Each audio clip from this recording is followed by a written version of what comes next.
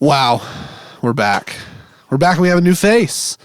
As you can see, we have Travis Ham here with us.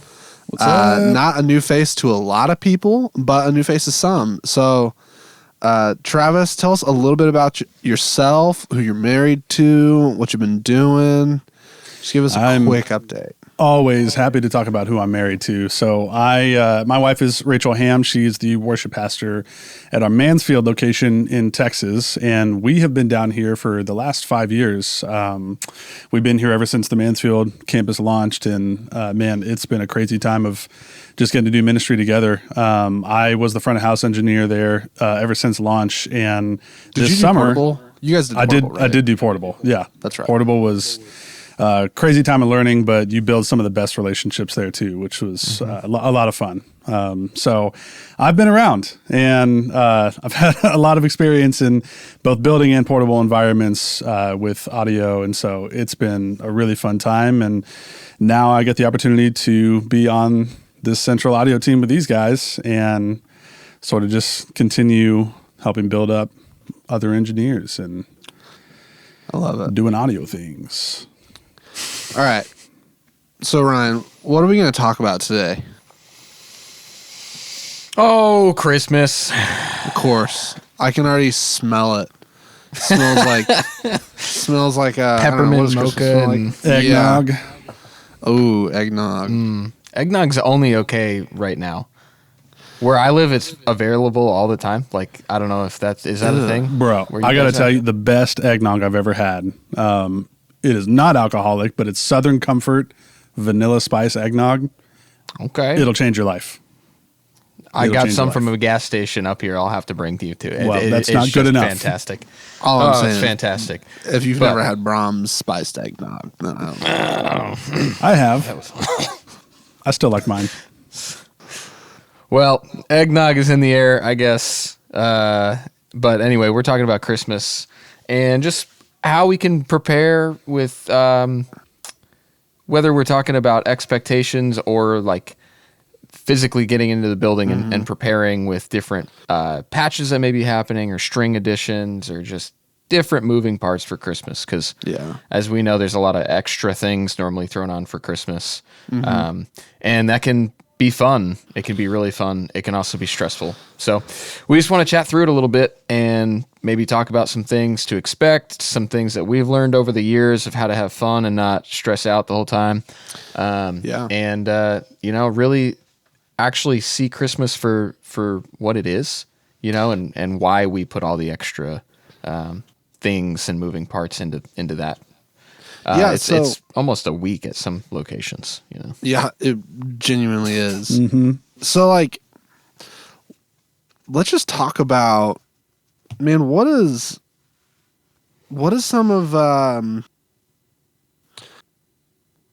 what are some of those expectations that we walk into on Christmas? Either be positive or negative, but what are some of those things that whenever we walk in and it's December 22nd, it's December 21st, we know we've got 9 services ahead of us. What are ways that we can both stay positive when we know there's a lot of work ahead of us and also stay engaged spiritually for that many services? Yeah. I'll start with just saying, number one, we kind of all know what to expect, and we know there's, like you said, Stu, there's going to be a lot of work. We've kind of danced around it, but there's going to be a lot of new people. There's going to be a lot of maybe leadership walking in, or we know eyes and ears normally are up, and we might get a couple extra pieces of feedback that day. And so it's kind of preparing for that and grounding yourself in what and I will get into the room a little bit early sometimes and just kind of sit and pray, honestly, and remind myself of who I am in God's eyes and why I'm there that day. But then I also think about the opportunity that we have with Christmas. And there's leadership walking in, but there's maybe potentially thousands of new faces that we've never seen before. And we can get lost in the, how many, I don't know if I'm dating myself here, but how many Christmas lights can we hang and automate with dimmer packs? Or like, just how many things can we add to the stage to make the Christmas extravaganza great for this one service? Yeah, can we make those twinkle lights pixel mapped? Yeah, dude. Let's make them all Christmas trees. The lights themselves. But when we get lost in the details, that's when we get to that point of kind of stressing out, or focusing on, man, we still have 3 more to go, or, I'm already tired and we haven't even started one service like that. That will be a thing. Mm-hmm. And, it makes me, that's okay. But sorry. It makes me think of the concept of like predictable resistance. Like as you were talking about that, immediately started to like kind of like engage my mind in what do we call predictable resistance? What is predictable resistance, and how can we be ready for it? So I think of it in this way. A few Christmases ago, there was an instance where the campus that I was at had a staff change on Christmas Eve where the worship pastor left, and when we walked into the building on, maybe it wasn't Christmas Eve, but it was before the very first Christmas service, so it was probably a couple days before. When I walked into the building for the very first Christmas service, I saw a associate worship pastor, and I said, "Why are you here?" Because he wasn't slated to be on our planning center or anything like that. And he kind of was like, "The campus pastor will let you know." And I said, "Got it." Which, man, that immediately sets the tone of what are we stepping into this Christmas? What's about to happen? And it was difficult. Like, that was a really difficult group of Christmas services. And looking back, obviously, that's not something you should prepare for. You can prepare for, or you should prepare for. But what are all the little things that we can prevent, the check boxes, the due diligences that we can prevent and look at to make sure that if something like that is to happen, where we do feel that resistance right before a really highly engaging spiritual weekend, where we feel the enemy attacking, what can we do to set ourselves up now to be better ready for that? I know that for me, that looked a lot like just being in the Word and just already having that relationship there where I'm not leaning on a specific worship pastor or campus pastor for my spiritual development. I'm leaning into the Word itself. But I'm also able to then navigate those conversations with my other team members, because when we experience stuff like that, it can be shocking. There's emotions on every single level between every single person. My wife, who we were on the team together there, her response was very different to my response. And her and I walking through those Christmas services together and trying to navigate this thing was weird altogether. It was hard. But being able and being spiritually ready already, it took a lot of that edge off. It didn't slow us down. And we were able to actually see, like, through that, a lot of the language on stage, a lot of the language out of our mouth. When we said God is good all the time, we meant it. And it was a sad and heartbreaking moment, a sad and heartbreaking time, but like, we felt that. We were able to sit in that. It wasn't just, we say this every week, but we do say it every week. Did you know about predictable resistance? Oh, sorry, Travis. I was just going to say, did you know about like the term predictable resistance when that happened? I honestly don't think I did. I wasn't on staff. I was a contractor. And so a lot of that, yeah, I don't think I'd ever heard that. I don't think that was a concept that I was ready for. Yeah, I don't think, we all need to deep dive exactly on predictable resistance in order to prep for Christmas. But at the same time, it's something good of like, there will be stuff thrown at you, this season. There's going to be stuff. And sometimes it's the littlest thing that will like just make you so irrationally angry for whatever reason. Like that, whatever reason, it's Satan. He's there. He's trying to get your attention. Yeah. And so that, just keeping that in the back of your mind, like stuff's going to get thrown at you. Things are going to get difficult. Like there's going to be extra things, but it's also not like, I don't walk into Christmas going, oh man, here we go. I got to prep myself and like armor up so that I'm ready for anything. Right. I'm excited, we're celebrating our Savior being born, and there is nothing that's going to get in the way of us being joyful about that, because that's what we're rooting ourselves in. But I didn't mean to soapbox there. I was just curious if you knew about it. I really like what you just said was you weren't armoring up. And I think that's really important because like what I'm talking about was my like spiritual preparedness of it, but I wasn't armored up. Like I wasn't like expecting horrible things to happen. Right. It's more of because I was already in that spiritual readiness. A spiritual attack it bounced off, not because I put on all this guard and I didn't need to emotionally process it, but more of I was being guarded already. Yeah. It's not about what I'm doing in that. It's about how God is working through me. And the amount of pastoral care. So like when we look at Christmas, it is so joyful. And I like when we look at Christmas in my house, my wife loves it. It's the most wonderful time of the year. It's cheery. There's decorations everywhere. It's the only time to eat 600 grams of sugar and be okay with it. Yeah.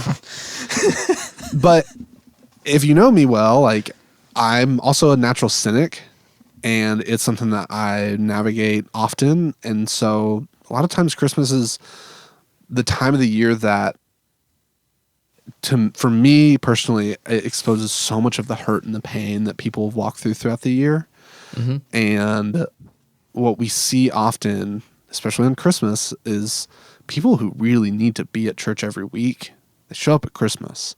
Yep.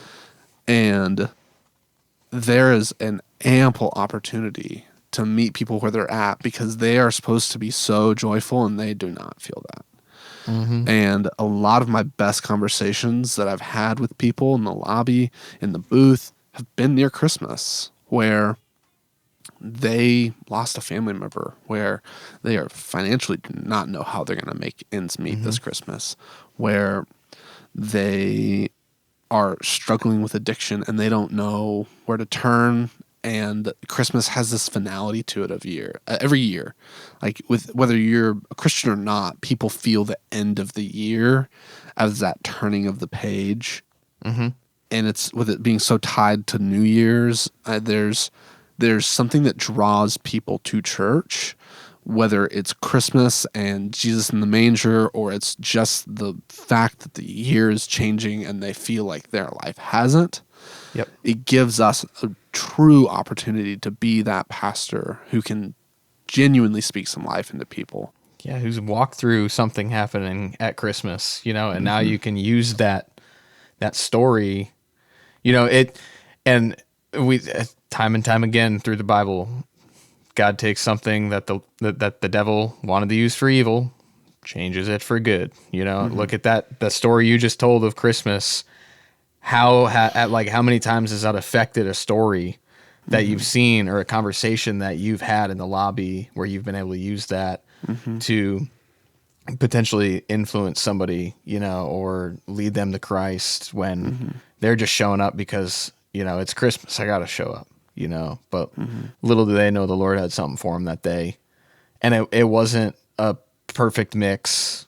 It wasn't it wasn't a perfectly executed service. I'll just leave it at that.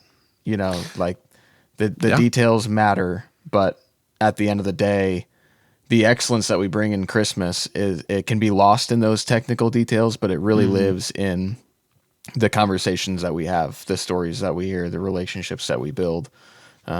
Because that's what it's about. It's not, cool, Christmas, celebrate. Like, no, man, like we know, like we are actually celebrating, but at the same time, we know what happens naturally during this time of year. So, I mean, I think in the same way that we are oftentimes prepping for celebration for Christmas, because like you said, it is this big time of celebration. We're also preparing for battle, like a spiritual battle, and like you said, Stu, like we have to armor ourselves.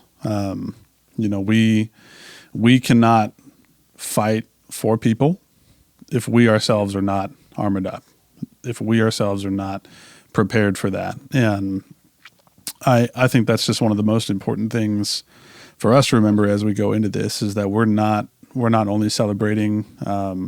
Anytime God wants to do something, the enemy is going to try really hard to shut it down.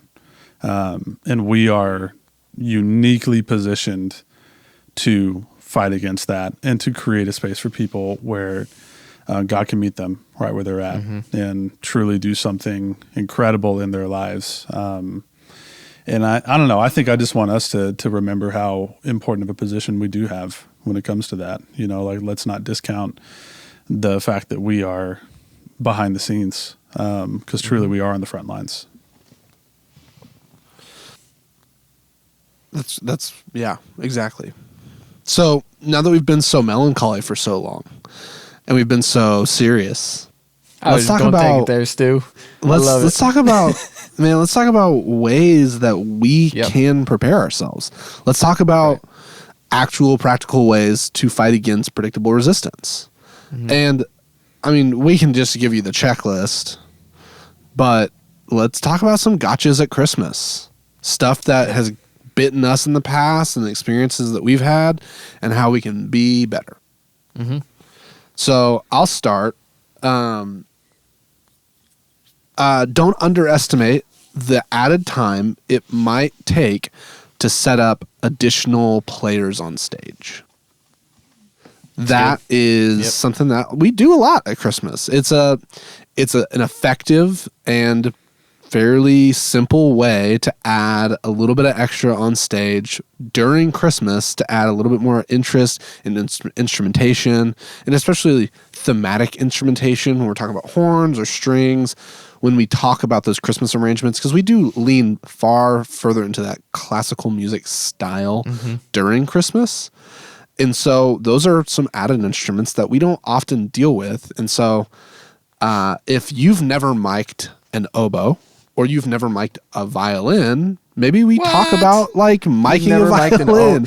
You're telling me there's people out there. Like there's a first time for everybody miking an oboe. I would say it'd be like my first time miking an oboe, probably. Maybe second, but you've never mic'd a didgeridoo? Come on, man. What are you? That one I have done. I totally have done a didgeridoo. That would no stop. That also does not surprise me that you.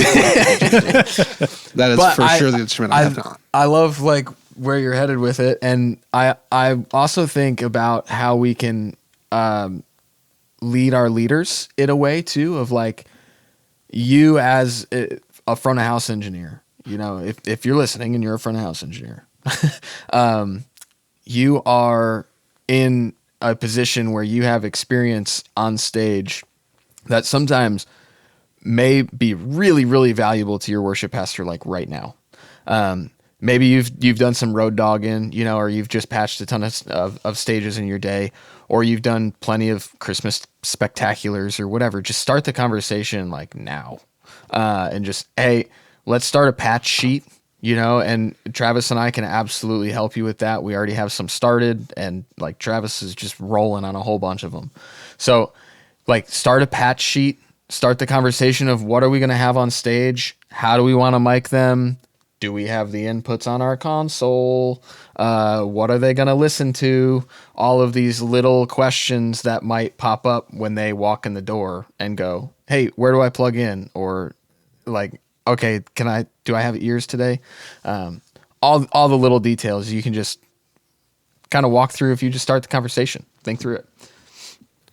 Because I'd like to point out, depending on when this video posts, there's 4 weeks till Christmas. Mm-hmm. Like effectively 4 weeks till Christmas, and that's not counting the fact that Thanksgiving is in the middle of that. Yep. We all know Christmas it'll be comes gone way faster than we expect. Yep. And so just jumping on some of those questions now, it's not even like you need to be patching your stage now. It's more of just like, hey, are we going to have a violin? Yeah. To your worship pastor. Yeah. And it's just the like, initiation. That's wait, it. where's that oboe Sometimes at? they just need that reminder. like, hey, are we going to have more people on stage? Just let me know now. And that way you Sorry, can... I'm still laughing at where that oboe at. Because we got to like... obviously, you're going to... We bridge that gap sometimes technically for our worship pastors. There can be an expectation of, we're going to add 3 guitars, 6 oboes, and 2 violins. And you're like, okay. I think they're all going to share one mic. Yeah, I have 2 channels. Yeah. And so that is where we want you to have the time and the margin to be able to call us and say, hey, okay, so this is what we're going to do for Christmas. How do I do that? Yeah. And we can help facilitate those things either through resources that we already have or resourcing you locally. So could even be finding stuff that is just kind of dead on stage. Like I every time I visit anybody, we can go find a couple dead XLRs on stage, and it's like, oh, cool, we just found 3 channels. All right, woohoo! Yep. But that's we move so fast on the weekend that's totally understandable that happens. So just don't discount that of like, you might have some stuff that's already on stage, like looking at your console going, I got no channels. Ugh. Yeah. Go up and take a look. Just be thorough with it and find some stuff. And if you can't, call us and we'll figure it out together, Yep. Yeah. Might be they got to share 2 mics. But we'll figure it out. Yeah, and like especially the monitoring stuff. Specifically, the campus that I was at, whenever we would do like a string section, what we would do is we would take the spare electric guitar red net, and we would go out of the headphone jack out of that into a Behringer headphone splitter, and it broke it out into 4. And then now you have 4 people those sharing aren't a mix. expensive either. Yep. So a lot of people will have those. A lot of people have those lying around from days that somebody might have been there before you, or you've done it. It was 2018 or 2019.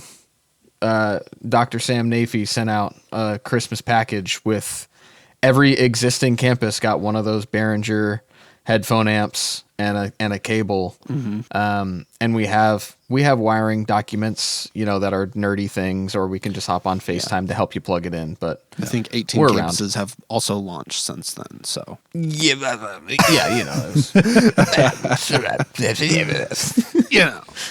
Point being, if you don't have what you need, we can help. Yeah, it's like $30. Yeah, we're around. We like helping.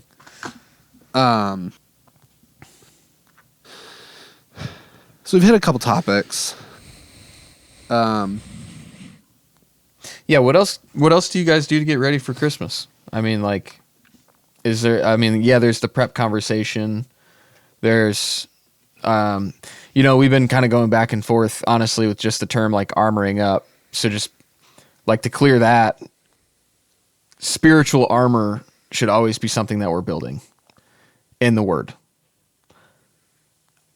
Armoring up and preparing for battle, I think, is an inappropriate stance to take to Christmas. But being just standing in that spiritual armor that you already really live in at this point is the stance that we walk in ready for God to do some really, really cool stuff. Yeah. And by cool stuff, you guys know what I mean, but just conversations, stories. I mean, the opportunity is large.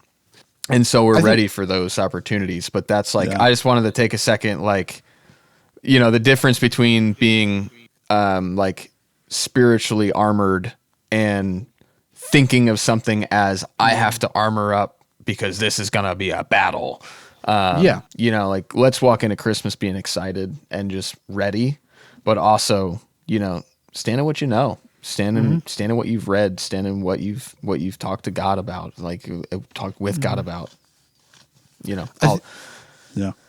I think it's important to draw the distinction of where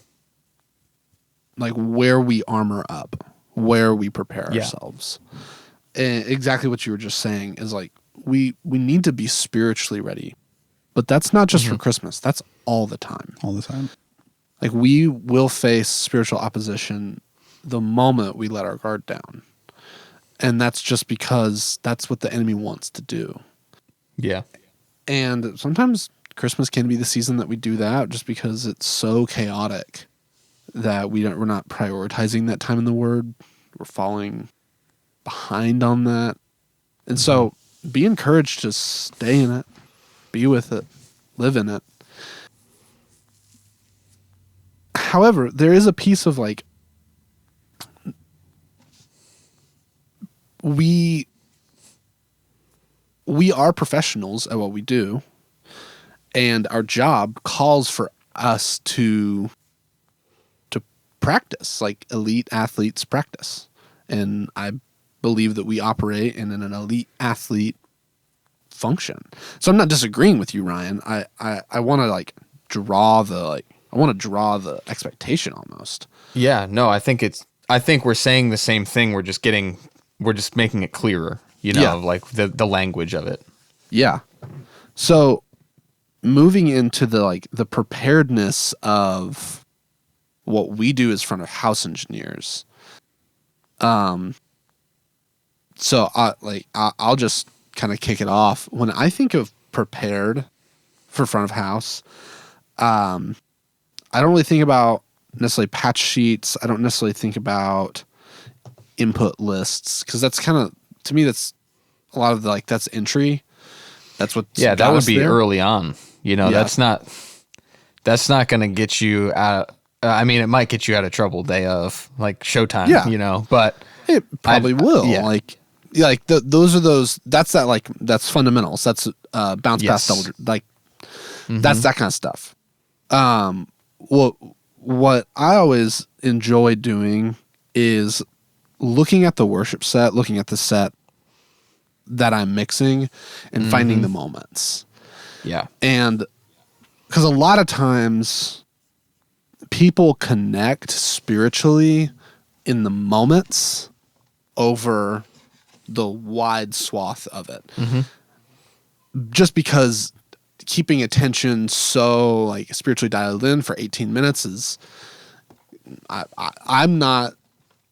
often can't. I find they're coming in late. Nobody's locked for 18 minutes straight. It's okay. Yeah. It's all right. Host team people pulling on your shirt and be like, "Hey, I'm sorry, can we put this group of 5 between you and that person over there?" And like, "Oh yeah, sure." So we're looking for those moments. And when I listen to a set, I'll sit down and I'll listen to the whole set list, and I'll think through, what do those transitions look like? What's going to be said then? How is that going to impact later? Where are those ties going through the entire set? And how can I emphasize each supporting part of those things? And that looks pretty different almost every time. Is it the worship pastor doing a teaching moment before the second song and it's intimate? So what am I doing with the keys then? What am I doing with the guitars? How am I managing effects? Because it's easy to, in those moments, like, oh yeah, it's spiritual, let's put a lot of reverb on it, let's have the keys there. But what if you stripped all that out? What if you made it really raw? What if we like revealed the cards to the people in the audience of just how true and honest this is? Like, this isn't just big loud worship, but this is worship. The person on stage is leading us right now. How can we find those moments? How can we be really intentional with that flow, that like the thing that we talk about of worship is not here the whole time, but it goes up and down and up and down and up and down. The set is a journey. Yeah. If you enter or go from here to here, you're gonna feel that altitude sickness really fast. You're gonna feel it, and that's. I mean, you should really. That's, I think, the next, like you said, patch sheets are kind of that fundamental prep. Like, we should be talking about that weeks ahead of time. And to be honest, like, as a front of house engineer, you're not responsible for that patch sheet, but it's a great way to just help you set up you and your team for winning the day of. But when you get there, like that week of, when you know what the songs are going to be and you can listen to them, you should really know those songs and know the flow of the set even better than the band does. And then have conversations with your worship pastor around it, and just ask the questions of, hey, what are you trying to do here? Or what was the goal behind this space? I'm thinking about doing this here. I'm thinking about making this part like really raw. What do you think? Does that line up with your vision for the day, kind of where you're headed, or like the vision for the set? And that, I think, is one of the most pro things that you can do as an engineer. And if you can knock that out, like, you don't want to be figuring out the recipe as you're cooking. You want to know what the recipe is before you walk into the kitchen so that you can sit down, the ingredients that you need, where you've placed them, how to get them quickly, and when to put them into the mix. And so that's kind of the, let's learn the recipe a little bit. Let's get the book out. Let's learn the set.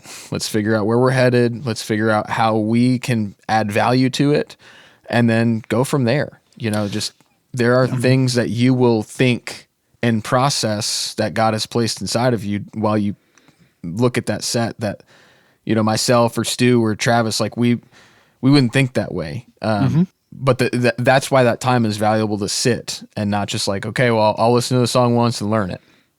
No, sit and listen to the set, talk with your worship pastor about it. And then you can really add some value to it and add some impact. And I will say, if you listen to it once and you're like, oh, cool, I really do think I'm confident I know where I'm going here. That's totally possible. I'm not saying like you got to listen to it 5 times before you even say what you're going to do. Like, and I know you're not saying that, Ryan. So like, what's really beneficial about that is that it's the recipe thing. As you said, like, we got to know the recipe before we start cooking. And so I like to write my recipe down. When I'm cooking at home and I'm like experimenting and I know I'm doing a dish that I'm probably gonna want to make again. I've got pages in this like binder that sits above our stove, and anytime I make spaghetti, I'm messing with the sauce, I'm like always adding notes as to what I've done. Okay, added more here, changed this, scratched this out, and one time a family member was like, hey, can you send me that sauce recipe? And I just took a picture of it and sent it to them, and they're like, that was the most unhelpful thing I've ever seen. I was like, sorry, it's all my notes. You are a psychopath. It's like scribbles and circles and all this different stuff. And so if like, for me, I take notes with like that. I write stuff down. I'm going to look at my backpack, see if I can find my notebook, but keep talking. I mean, no, it's exactly it. You take your notes even during rehearsal. I mean, I always have a notebook with me when I'm mixing all the time, and it's right up. If I'm on a CL5 or a QL5, it's right in that iPad spot, because I'm normally walking around with the iPad, and I go back and write my notes. But yeah, it's important. I don't have my notepad. That's okay. But we got a couple minutes left. So we do have a couple minutes left. Travis, what are some things that you do? Sorry, I was just gonna say, you can do memory locations on Pro Tools. If you want some notes that are really time based, you can put memory locations on Pro Tools. Yeah. There you go. Yeah. Pro tip. Cheat code. Hit Stu up for that cheat code. It's just enter on the numerical keyboard.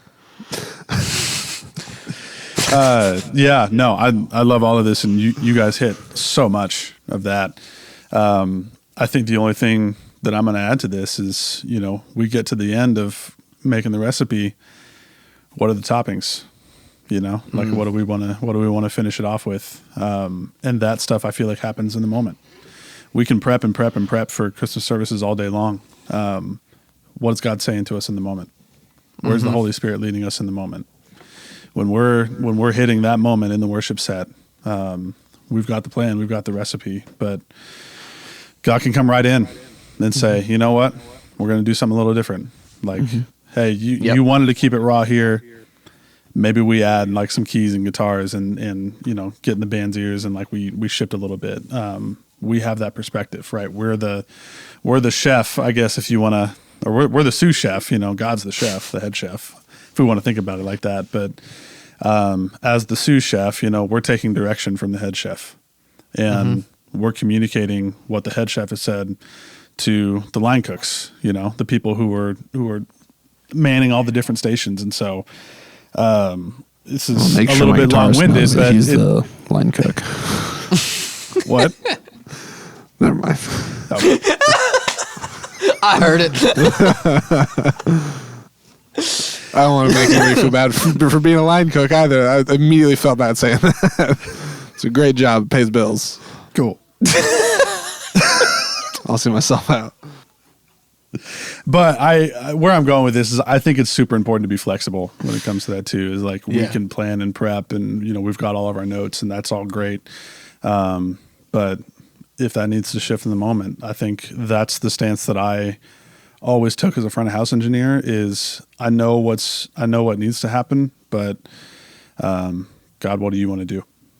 Because at the end of the day, this is not for me. This is not for the people on stage. This is for Him. This is all to glorify and honor Him and to bring awareness to people of who He is, how good He is, and like what change can God bring in our lives. And our job as front of house engineers is to be able to relay that message as clearly as possible to those people. And so our stance can change that. It's good. All right. I don't know about you, talk but forever. I'm gonna take it or leave it. Yeah, at some point we gotta stop and just take it or leave it, boys. Take it or leave it. So, where'd that oboe go, though? Where'd that oboe go? How you make an oboe?